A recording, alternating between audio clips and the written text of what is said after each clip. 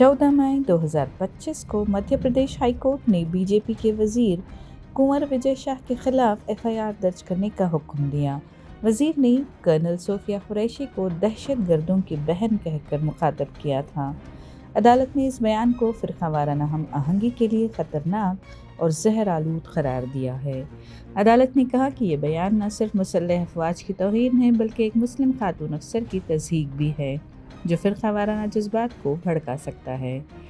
विजय शाह ने 12 मई को ज़िला इंदौर के गांव रायकुंडा में एक अवामी जलसे में ये मुतनाज़ा बयान दिया था। कर्नल सोफिया कुरैशी ऑपरेशन सिंदूर के दौरान मीडिया ब्रीफिंग का हिस्सा रही थीं। ये ऑपरेशन 22 अप्रैल को पहलगाम दहशतगर्द हमले के जवाब में किया गया था। बयान के खिलाफ सख्त रद्द-ए-अमल सामने आया है। कांग्रेस सदर मल्लिकार्जुन खड़गे और मध्य प्रदेश कांग्रेस के सदर ने वजीर को बर्खास्त करने का मुतालबा किया है।